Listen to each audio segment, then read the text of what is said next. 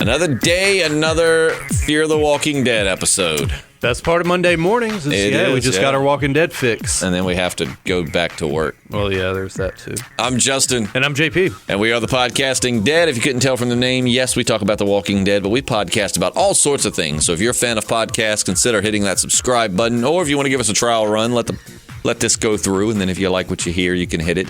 Also, hit the like button, and we'll talk afterwards about social media and our Patreon. But in the meantime, Fear the Walking Dead Season 5, Episode 3 is officially here. And JP, what did you think?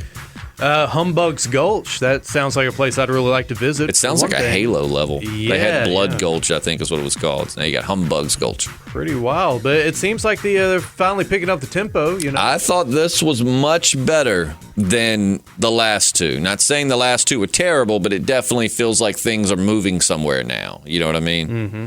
I enjoyed it. We get. It looks like we are getting more Daniel. If we watch the previews for upcoming episodes, definitely almost looks like they're going to pull a heist on Daniel. Like Strand's going to distract him and jack the airplane. Oh my God! Which is going to make an enemy out of Daniel. Which is someone you yeah. don't want to be enemies with. Daniel's a badass dude, man. Strand was just trying to convince him he's turned over a new leaf, and then he's going to steal from him.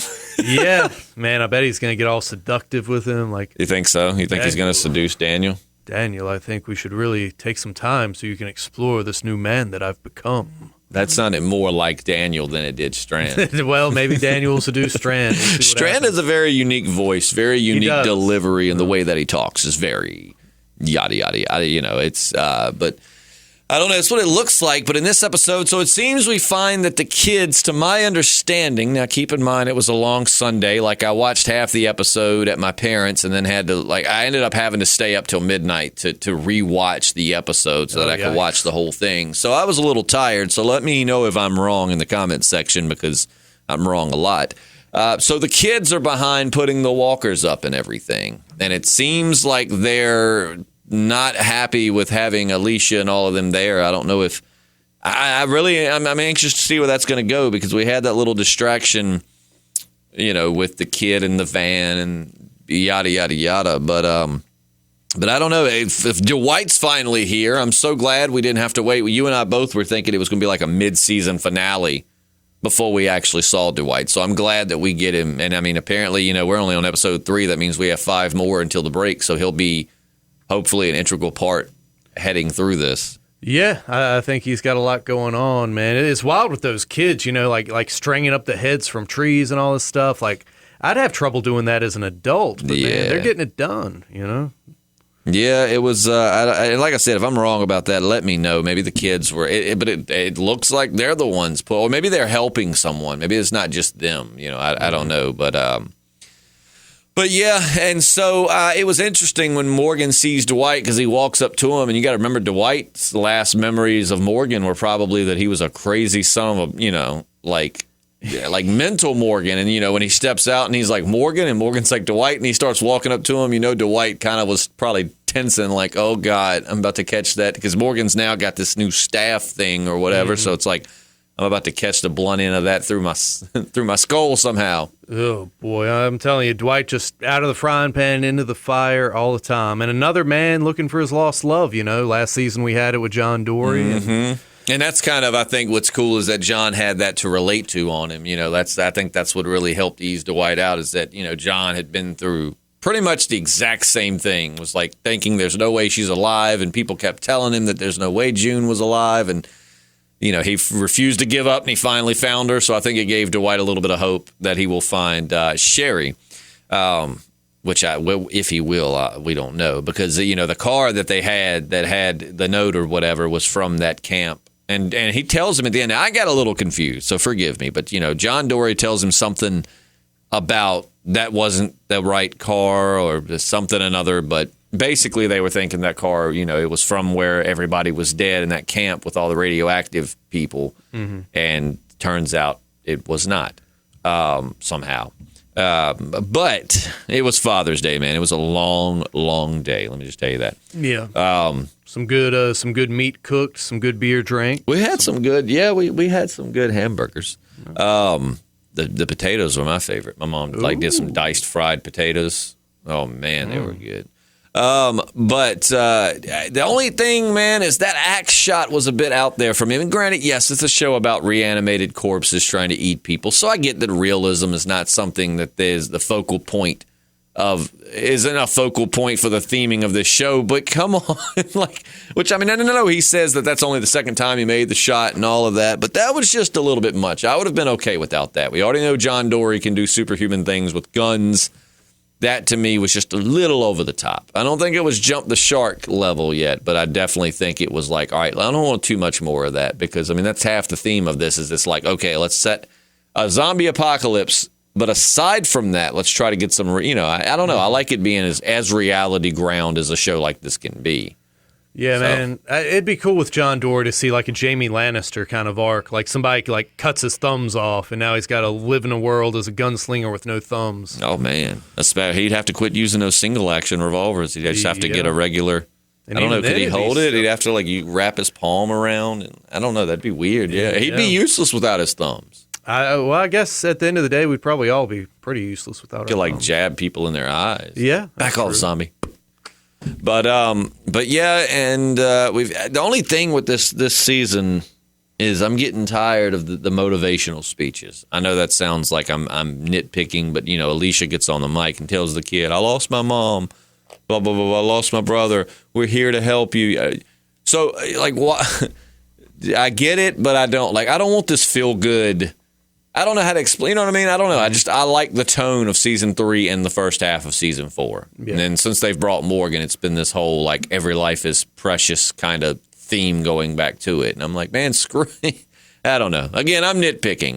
Maybe somebody can make me see the light and change my tune. But nah, man, I feel you. I wonder in real life how many times you really hear a speech like that, like somebody just right. I mean, and like I said, it's getting to the point. It's like Alicia gets on the mic and gave that whole speech, and I get it, but I kind of let's get some dark stuff going on here, man. Let's set some, let's get the pace going similar to The Walking Dead right now with the Whisperers, where it's just real dark and gritty, and you don't know, But overall, still love the episode. I got to say, this has definitely been the best episode in this season thus far, which we're only 3 in, but I just enjoyed this one a lot better. And the looming threat's pretty cool this season. You think, Alicia's going to have to pull a Michonne and just, just slaughter the kids. Yeah, murder a bunch of kids. And you know what? That might be the way it goes, in which case it might be, I might have to recant what I just said about the inspirational stuff. Maybe they're kind of throwing that at us right now as a way to be like, yeah, we're going to throw all that out the window here in a bit because Alicia's going to end up having to kill these kids. And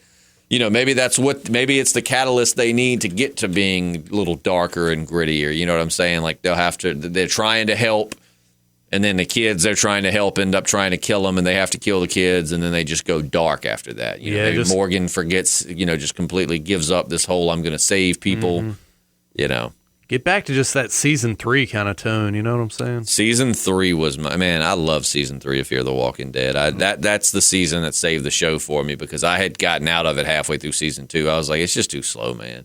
And then somebody was just talking about, I read some article talking about how season 3 was what was saving Fear the Walking Dead. It was so I was like, I'll try it. I wanted to like it to begin with, So I went back and finished season 2.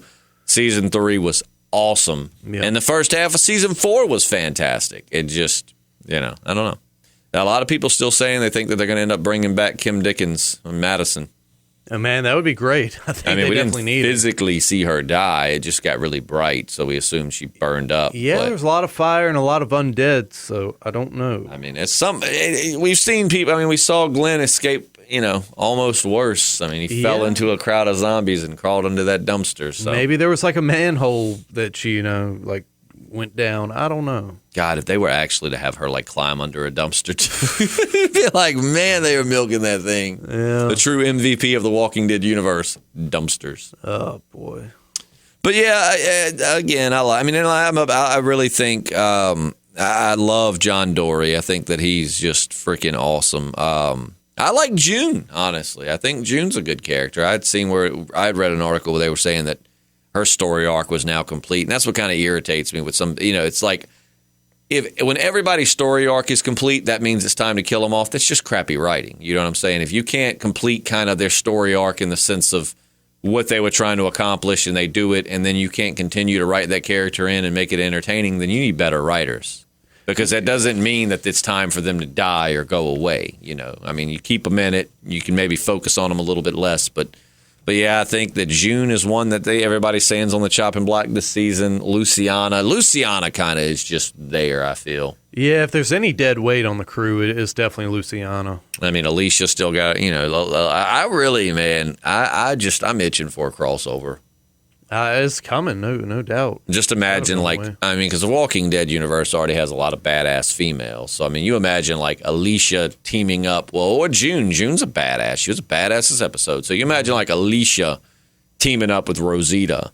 And, I mean, you just, and then you throw in June and Carol. I mean, the women are probably the most badass at that point, which, I mean, Morgan's still a badass. John Dory is a badass. So, I mean, it's just, it's I don't know. I would love to see a little crossover. Yeah, man. You think there's going to be some just humongous threat that brings everyone together from across the country? Well, they keep talking about when Dwight showed up, Morgan's like, he's from where I'm from. I don't know. And then the whole Rick tie-in with the helicopter and that symbol. Yeah. I just really feel like it's going to work to where, Morgan's going to be I almost wish this was set 6 years in the future. And when he met Dwight, and he asked, how is everybody? If you talk to Rick, and then he says, you haven't heard. Which is no one called me. Sorry, Dwight, but it's man, Rick's dead. He blew up a bridge, and then maybe that's what motivates Morgan to go back. But I don't know, man. I'd be interested to see how they make that happen. I mean, originally that's where they were going last season. They were all gonna go to Virginia, and then they decided, no, we're gonna stay and help people. Yeah, man. I would have liked a road trip season. Oh yeah, I mean you could have stretched the whole season out of that. You know what I'm saying? Yeah. And then they just end up who knows where. Yeah, but I don't know, man. I would have loved to have. That would have been awesome. Just where nothing's the same and seeing new places and. Yeah, that would have been a little bit more exciting, but. We'll take what we got and go from there. Maybe next season will be a big old road trip.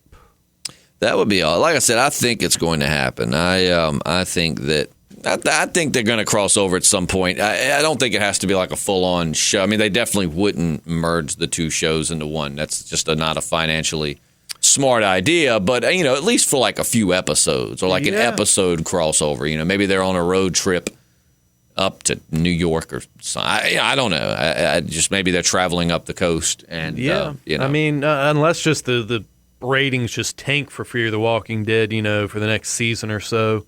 And that would be a way to kind of save it, is to merge it in with and then maybe they introduce whatever the new spin-offs coming up are going to be, and So I guess we'll just see, I mean, I definitely don't think they're hitting it out of the park so far with this season of Fear. I think it's definitely got potential and it's definitely picking up, but like I said, if I was just a casual viewer and I saw that season premiere, I don't know that it would have pulled me back in, Yeah, no. Like I said, if you were like I was with season 2 and you kind of fell off and then somebody's like, oh, season 3 is great, and that was the premiere you saw, you'd have been like, I don't think it's so great. And I mean, I really haven't looked into what the ratings are looking like for them so far, so I don't know. Maybe they're killing it. Who knows? I don't know. Like I said, I mean, it's definitely not terrible. I mean, I've seen worse episodes on The Walking Dead, Now, so. I didn't catch Nosferatu this go-round. You watched that? Yes, I did. Is it it's picking up. It's picking up. I mean, it's a slower show, but, I mean, it's building characters, and I can dig it. Mm-hmm. All right. Yeah, I can dig it. Let's see. But yeah, I don't. I mean, it's. I don't know. I'm going to stick with it this season. It's one of those shows. Sadly, I get what they're going for. They're doing a lot of storytelling, a lot of character building, all of that. But I feel like it's not going to last more than a season or two. But I hope to be wrong. But yeah, I stayed up and watched it. I enjoyed it. Well, there you go. Like I said, it's not fast paced, but I enjoy the story that's unraveling. We're learning more about who this guy is and. Yeah. Christmas Town and abilities and stuff. But yeah, so let's rate this episode out of 5 stars. What do you give it? I give it this, man. I'll give it like a solid 3. I give it a 3.5. So we were close. 3. Like I said, we're getting better, so I can appreciate that. They gave us some Dwight. And, I always like some Dwight. Yeah. It's so weird, too, because, I really did not like Dwight when he was introduced to the Walking Dead series, which I guess I wasn't supposed to. He was a bad, douchey dude. But I started actually liking Dwight as we saw the turn, and we started realizing that he's not necessarily just an evil guy, that he's doing what he's doing. He's being the bad guy he had to be so that he could keep Sherry alive. And I ended up actually doing a 180 on Dwight and then really liking him as we moved through his last season better on than The Walking doing a 69 Dead. On Dwight, Yeah, that's not something I'd want to do. But man, hopefully things are looking up. Definitely sometime this week, man, I want to have a Walking Dead comic book conversation. I've seen some teases for stuff coming up, and maybe Wednesday we can tackle that. Oh, really? I haven't. Yeah, man. Yeah, you'll have to enlighten me when we cut the mics off. But yeah, this was a shorter podcast, but good episode. I just didn't feel like there was a crazy amount of things to talk about. But add to the conversation in the comments section. We know we love hearing, reading listener input. And make sure you follow us on social media. JP, what's yours? Let's see. You got JP5000 on Snapchat, JAYPEA 5000. You got Jpslim on Periscope, just the way it sounds, JPSLIM, Jpslim on Periscope. Instagram, which I never really used, J_Radsaw on Instagram. So there you go. Mine's a lot easier. Just I'm Justin Lloyd, all lowercase, no apostrophes, nothing, 2 L's in Lloyd. Just I'm Justin Lloyd. Gets you Snapchat, Instagram, and Periscope. Nice and streamlined. And then you can follow us on Facebook just search for The Podcasting Dead. Also, our Patreon is live now. We had several listeners asking why didn't we have a Patreon, or why didn't we they wanted to find some way to support the channel because we want to start making these into video podcasts. But, that could cost a lot of money, and my dad's in the filmography business. So I know it's not cheap as I watch him buy equipment. So, the Patreon's helping us do that. And don't forget, once we hit 20 patrons, we're giving away a prize pack, and that sucker's going to probably be valued over $100 worth of stuff. Yeah, I'm going to do my best to make a little video of the next thing we're throwing in there. Right now, if you are on our Patreon page, you can see that I pulled something out of my collection. It's an action figure 2-pack, comic book inspired, black and white, blood splatter, Carl and Abraham. So that will be in there. And Justin just contributed something out of his archives. And we're going to throw more in there. Like I said, it's going to be kind of something that encapsulates the entire podcast, more so than just The Walking Dead. It'll be a lot of Walking Dead merch in there, but it'll be a lot of other stuff. And probably a letter. I would say a handwritten letter, but if you had to read either of our handwriting, you probably wouldn't be able to read it. So maybe we'll type it and then we'll sign it for you. But go if you don't go to the Patreon, it's cool. We still love you either way. But we will catch you tomorrow for our current events podcast. Hopefully you'll come back and join us if you're new to the channel. We look forward to seeing you. I'm Justin. And I'm JP. And we're The Podcasting Dead.